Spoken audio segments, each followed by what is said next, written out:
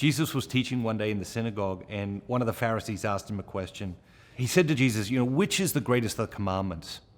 And the question was an attempt, again, to trip Jesus up, because they believed that, all the commandments were equally important and all the commandments were interconnected.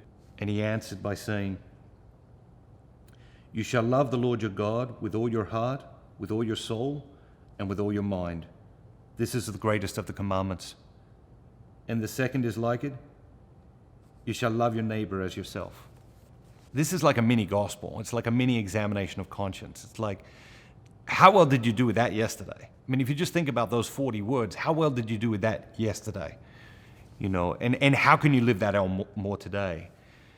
But the thing that really jumps out at me is this idea that our love of neighbor is connected with our love of self. In fact, Jesus actually assumes that we love ourselves. He says, "You shall love your neighbor as you love yourself." So often we fall into this idea of loathing ourselves, even though God has this incredible, overwhelming, never-ending love for us.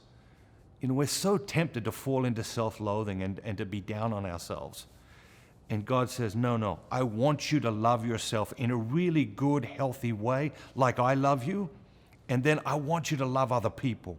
Out of that position of strength, I want you to go out into the world, and I want you to love other people and serve other people powerfully. And I think that's an incredible thing. God wants you to love God. God wants you to love neighbor. And God wants you to love yourself in a really good and healthy way.